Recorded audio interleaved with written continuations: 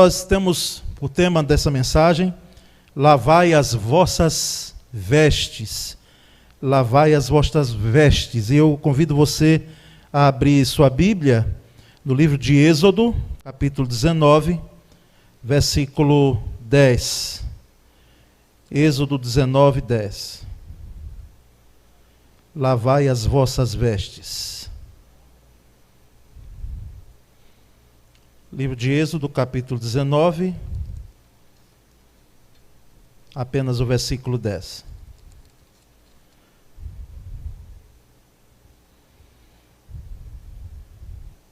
E o texto diz assim: E o Senhor disse a Moisés: Vá ao povo e consagre-o hoje, e amanhã eles deverão lavar as suas vestes. Eu quero reler. E o Senhor disse a Moisés: Vá ao povo e consagre-o hoje, e amanhã, e eles deverão lavar as suas vestes.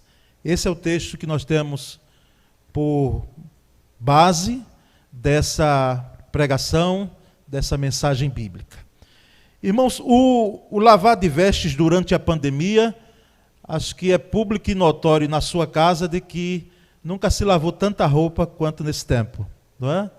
Cada saída, cada entrada em casa, não tem jeito, não é? Por mais que alguém esqueça, tem sempre uma voz que é possível de casa que diz: tira a roupa, troca a roupa, cuidado com o sapato, o calçado, não é? Ou tem sido diferente lá em sua casa, não é? Temos lavado muita roupa. A lavanderia, não é? Ou a máquina de lavar, aliás, nunca tem trabalhado tanto, como eu disse hoje de manhã, como nesse período. Antes das máquinas de lavar, todo esse processo era feito à mão.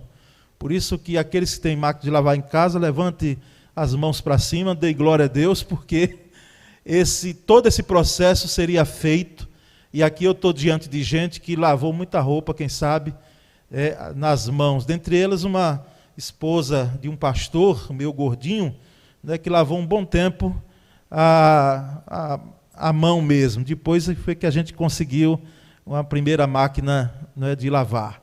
E isso tem sido, foi realidade, aliás, na vida aqui de alguns. Não é? Essa geração nova, né, não conhece esse processo, mas muita coisa foi feita à mão. E forçosamente, no tempo de seminário, de internato, eu fazia primeiro ano de missiologia em João Pessoa, no Betel Brasileiro, depois que Deus nos direcionou para fazer no seminário batista, não é? Mas por aquele primeiro ano de internato, porque eu pensava sempre costumo dizer isso, que Deus tinha, e eu acredito que ainda tem, não é? Propósitos nossos em poder fazer com que chegue às missões transculturais. Eu sonho um dia chegar até a África, não é? Ver ali os meus irmãos de origem, aquele povo sofrido, né? E ter uma experiência ali, passar alguns dias lá. E eu vou me preparar para isso, porque eu acredito que será uma experiência marcante. Missões Nacionais têm incentivado os pastores a poderem participar desses trabalhos de campo, né? De podermos ir até o campo missionário. Mas eu lembro que às segundas-feiras, que era a folga nossa, não é? Afonso, não era folga, era o dia de lavar roupa. Né? Era lavar roupa, a gente ia lá para a lavanderia, vários tanques, e aqueles rapazes todos seminaristas, cada um pegando o seu lençol, suas roupas, e lavando ali. Não é? Confesso aos irmãos que foi uma experiência assim, forçosa, mas pelo menos aprendi, não é? A lavar alguma coisa, e ali todas as segundas-feiras fazia isso na mão mesmo. Aqueles que podiam pagavam até uma lavadeira, não é? E essa profissão, ela tem, não sei como ela está hoje em termos da profissão, mas com as máquinas de lavar, eu acredito que tem diminuído muito. Mas até hoje, aqui no Brasil, aqui no Nordeste principalmente, não é? Aqui em Aracaju nós temos lavadeiras, não é? Passadeiras, pessoas que fazem isso como uma profissão, com muito zelo, com muito cuidado. As lavanderias comunitárias, eu acredito que elas estão ainda, existem pelo menos nos bairros mais periféricos, e devem ter mesmo em em uma certa proporção, já com uma tecnologia, né, mais avançada. Enfim, irmãos, toda essa introdução aqui para dizer que, ao que parece, a Bíblia, ela se preocupa com vestes. A Bíblia se preocupa com vestes. Eu não tive o cuidado de ver numa concordância exaustiva, que é aquele tipo de concordância que nós pastores, né, estudiosos da Bíblia, ou estudantes da Bíblia, né, temos, para poder buscar quantas vezes a Bíblia cita a palavra vestes, não é? Vestes, ou manto também, porque é das expressões, as Bíblias mais atuais, mais modernas, já falam em manto e não em vestes, em tanto assim. Mas assim, a Bíblia se preocupa assim. Há várias referências quanto a vestes, não é? Até por ser um tecido básico do ser humano. Vestes é um utensílio básico. O próprio Jesus, no seu discurso, no seu Sermão do Monte, ele destacou 5 elementos básicos ali, que foi a comida, a bebida e as vestes.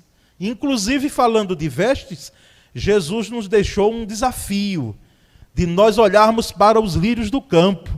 Se você puder ter acesso a um livretozinho com esse título, Olhai os Lírios do Campo.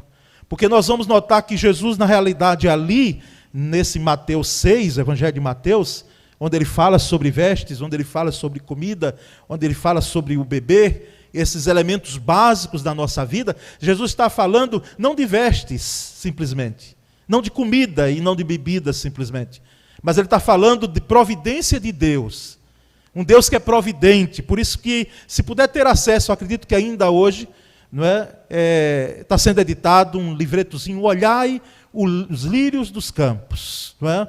Você vai ter uma experiência boa de leitura. Não é da nossa literatura evangélica, é das paulinas, não é? Mas que bom que eu tive acesso a esse livretozinho anos atrás. Escrito por um padre muito, muito bom, com experiências marcantes dentro de uma comunidade católica, e que me deram, assim, incentivo, firmeza, não é, a fé. Foram bons testemunhos ali da providência de Deus, relatados nesse livretozinho. Mas a Bíblia é um livro que se preocupa com vestes. Em Gênesis 3:21, nós temos um registro maravilhoso, surpreendente, de que Deus fez, e o texto diz assim: o Senhor Deus fez roupas de peles de animais para Adão e sua mulher. Roupas de peles de animais.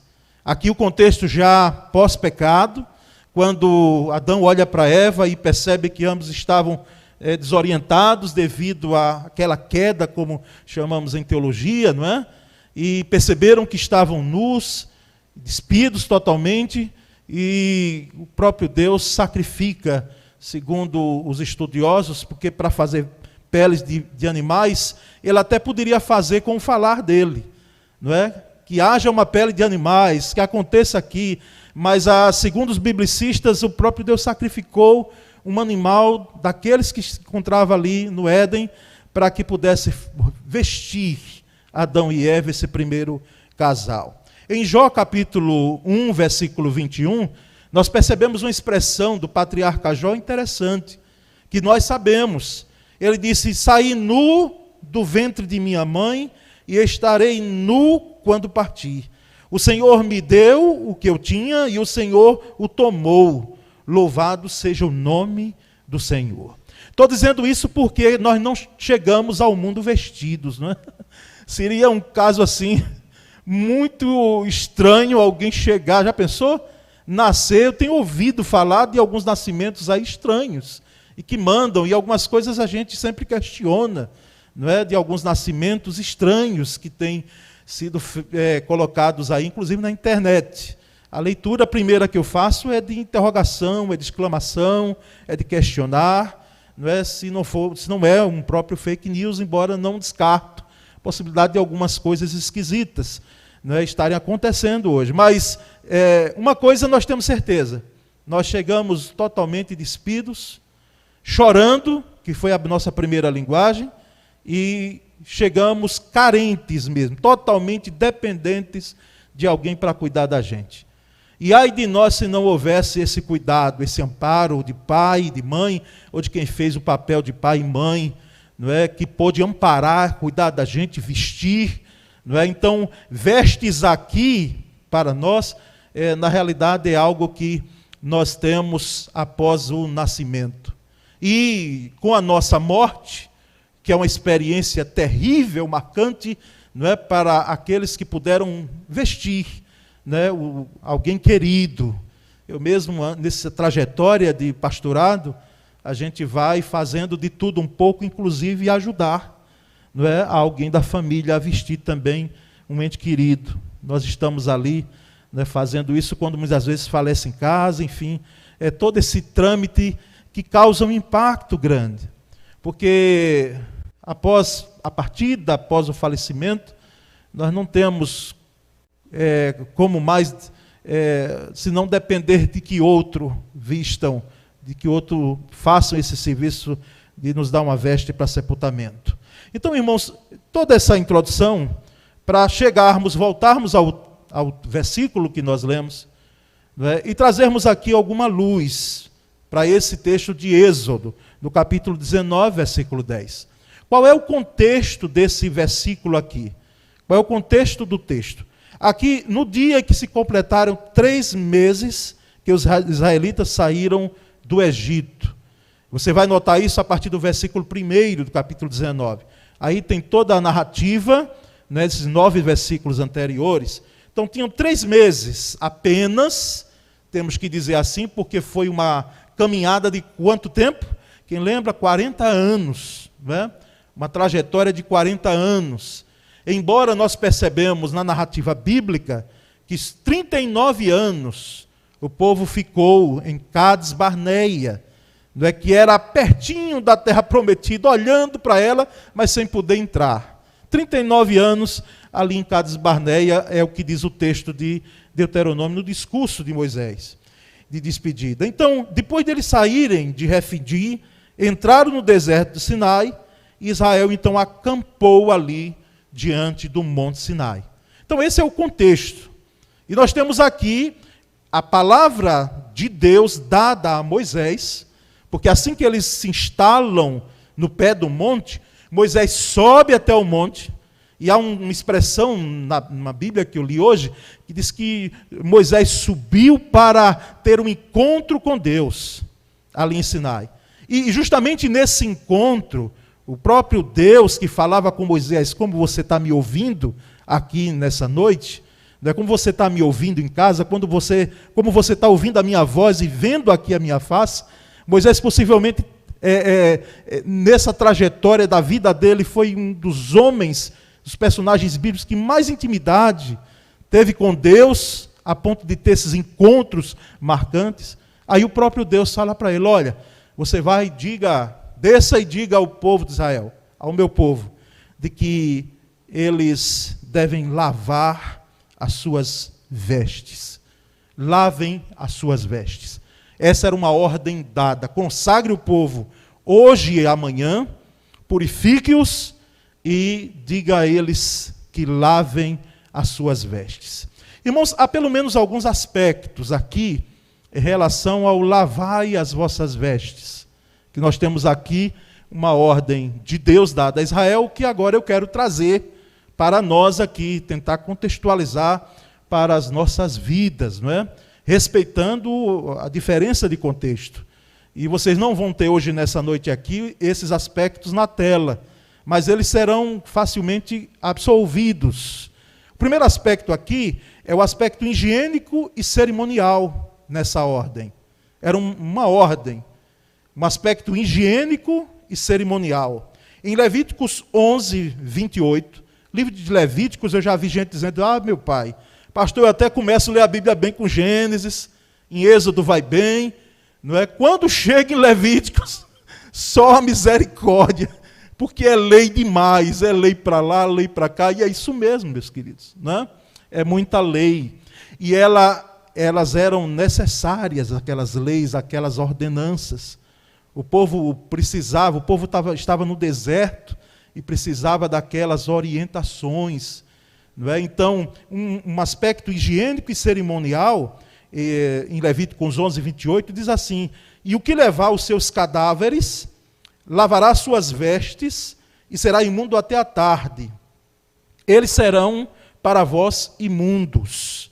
Ou seja, até na questão do sepultamento tinha aqui o lavar de vestes, não é? O aspecto cerimonial e também até de higiene dentro daquele contexto de deserto. Em Levíticos 14, 9, diz assim: ao 7º dia, rapará todo o seu pelo, tanto a cabeça como a barba e as sobrancelhas. Sim, rapará todo o pelo, também lavará suas vestes e banhará o seu corpo em água, assim será limpo. Isso aqui já dentro de o olhar do sacerdote, não é, que era, na época, acumulava, não é, a função sacerdotal e também de julgar se a pessoa estava curada. Já pensou que responsabilidade? Não é? Hoje, como pastor, fazermos isso? Então, aqui tinha um aspecto cerimonial, para que se pudesse verificar se houve cura em relação à lepra na época. Era um aspecto higiênico e cerimonial do lavar as vestes. Após esse procedimento, era necessário o lavar as vestes. Mas há um segundo aspecto aqui, que é o aspecto simbólico, e esse simbólico você coloca entre aspas, e eu vou dizer por quê, um aspecto simbólico e pedagógico. Simbólico e pedagógico. Simbólico por quê? Porque em Êxodo 19, 10, o texto que nós lemos diz que vá o povo, consagre-o, hoje e amanhã, e eles deverão lavar as suas vestes. O que é que tem de simbolismo nisso, pastor? O simbolismo era o seguinte, era que, de fato, o povo deveria pegar as suas vestes, que estavam sendo usadas, e lavar no rio, e ao tempo que essa lavagem acontecia, havia um propósito pedagógico de Deus para que o povo também se lembrasse, observasse, olhando aquela lavagem, de que a sua vida, a sua alma, os seus procedimentos, a sua conduta, elas deveriam ser em santidade. Uma ligação muito grande aí entre o lavar as vestes e uma vida de santidade. Então, esse era o aspecto simbólico e também pedagógico, de ensino e de aprendizagem que Deus queria dar ao povo. Irmãos, quando nós entendemos esse aspecto aqui, aí nós lembramos a importância das vestes nas Escrituras. Inclusive os sacerdotes, aqueles que tinham acesso ao altar, eles não subiam com qualquer roupa. Para dizer para nós, hoje também, que não é com qualquer roupa que eu posso estar à frente e até cultuar, e principalmente estar no altar de Deus. Então havia todo um cuidado em relação às vestes, e até a mudança de vestes, e o lavar de vestes principalmente. Então havia um simbolismo e um aspecto de ensino. Como não, de fato, Deus para nós, por extensão, dizendo, olha, assim como as roupas precisam ser lavadas, quando você entra em sua casa hoje, quando você sai e você entra em sua casa, assim também deve ser a nossa alma, assim deve ser a nossa vida. É um processo contínuo de lavagem. Nós precisamos lembrar desse aspecto de ensino e aprendizagem. Mas há um terceiro e último aspecto, que é o aspecto espiritual e eterno da lavagem de roupas. Não é? Lavai as vossas vestes. Um aspecto espiritual e eterno. Por quê?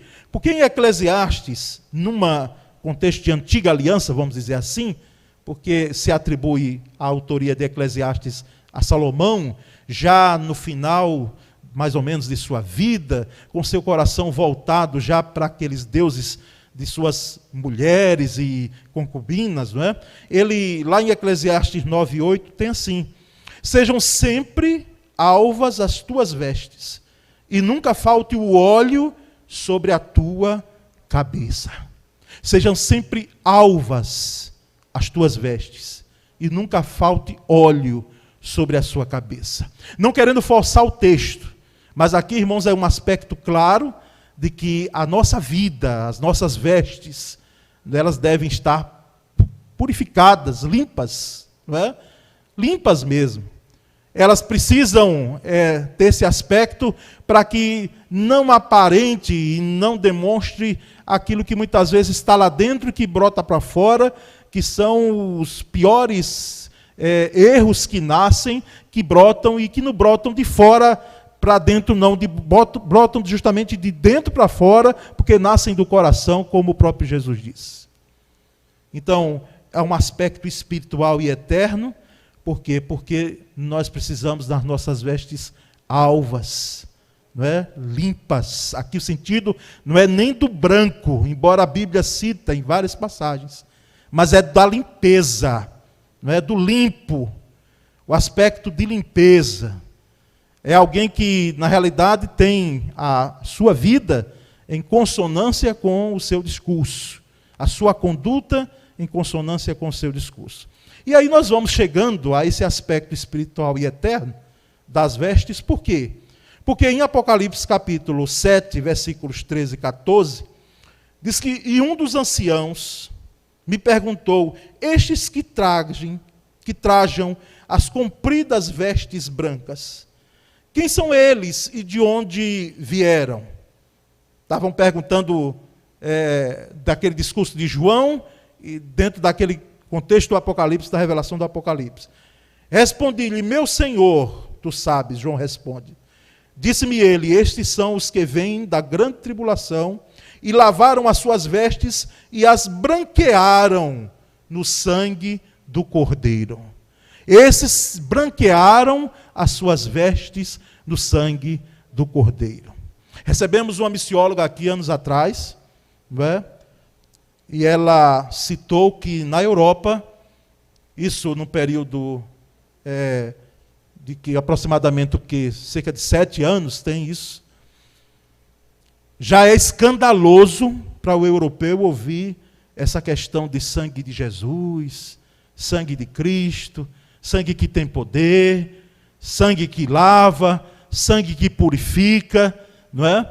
É algo já escandaloso, algo assim totalmente colocado à parte dentro de uma cultura europeia.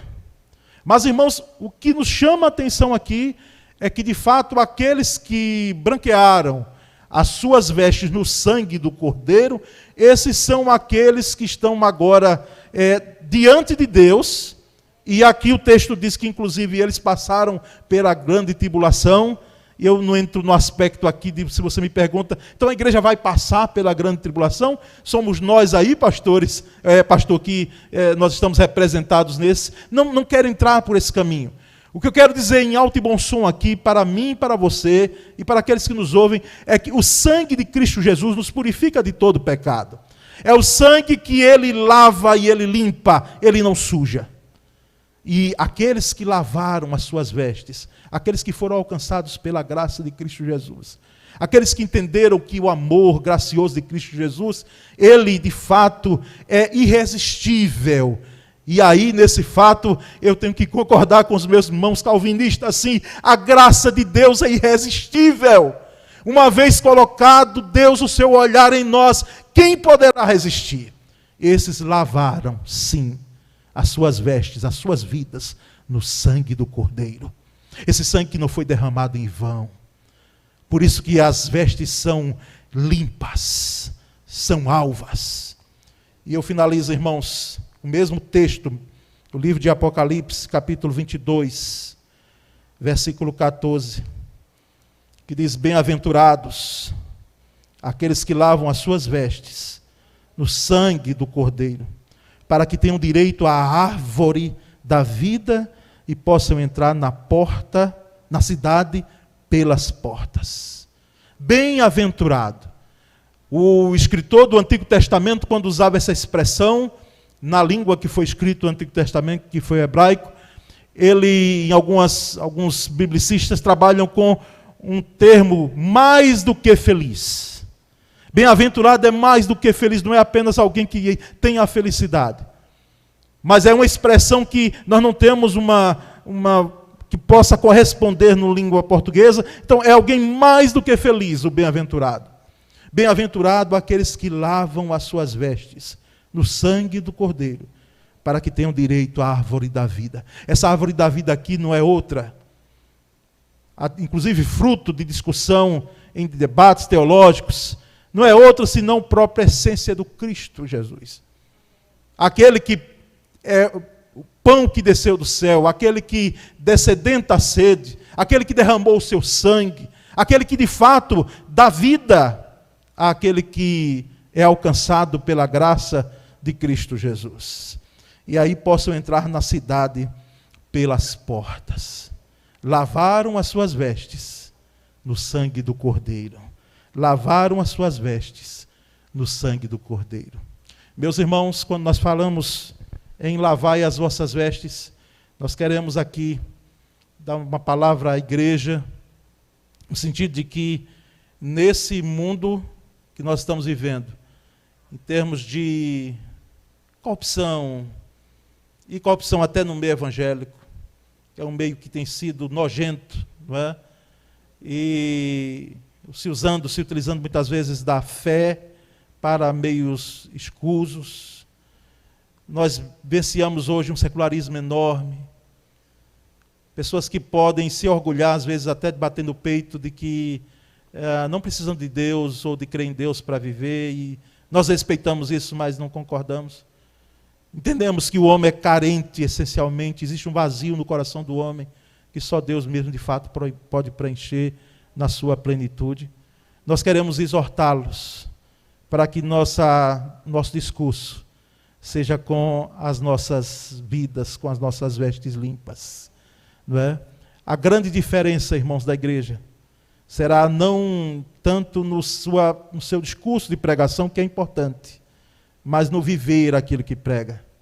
Que cada crente aqui da primeira igreja, cada pessoa que está aqui, que conhece o Evangelho de Cristo Jesus, a partir do púlpito, a partir da liderança, nós possamos vivenciar isso. Lavai as vossas vestes. Eu posso ir até aqui e rogo ao Espírito de Deus que faça aquilo que eu não posso ir. Sabe o que é? É fazer com que você internalize essa mensagem e que ela não seja mais uma de que você ouviu, mas que ela gere e provoque no seu coração uma mudança de atitude, de que a sua vida esteja no altar de Deus, de que as suas vestes estejam, na realidade, brancas, limpas, purificadas, a sua vida seja coerente com o que você fala, com o que você discursa. Essa é a palavra que nós temos para a igreja do Senhor nessa noite. Lavai as vossas vestes. Amém? Vamos orar? Senhor Deus, nós te agradecemos nessa noite. Nós te bendizemos porque a tua palavra é a verdade. Senhor, como nos sentimos limitados e nos sentimos, ó Deus, muitas vezes tão limitados em explanar a profundidade da tua palavra, porque entendemos, ó Deus, que estamos lidando com valores eternos. Nós te agradecemos, Senhor, por termos o privilégio de estarmos aqui nessa noite, a oportunidade de podermos ouvir a explanação da tua palavra. Nós, ó Deus, te pedimos em nome de Jesus Cristo, que as nossas vestes estejam limpas, Pai, e que não haja em nós resistência alguma em proceder esse aspecto humano de limpeza, de lavar e permitir a ação completa e purificadora do Espírito Santo em nossa vida. Para que haja, Senhor, de fato, uma correlação maravilhosa daquilo que falamos com aquilo que vivemos. Muito obrigado, Pai, porque séculos depois, ainda a ordenança está de pé. Lavai as vossas vestes. Nós oramos, Pai, descansamos em Ti, de que, ó Deus, a Tua graça, o Teu poder restaurador, renovador, Ele agirá e tem agido em nossa vida, hoje e sempre. Nós oramos em nome de Cristo Jesus. Amém, Senhor. Cantemos.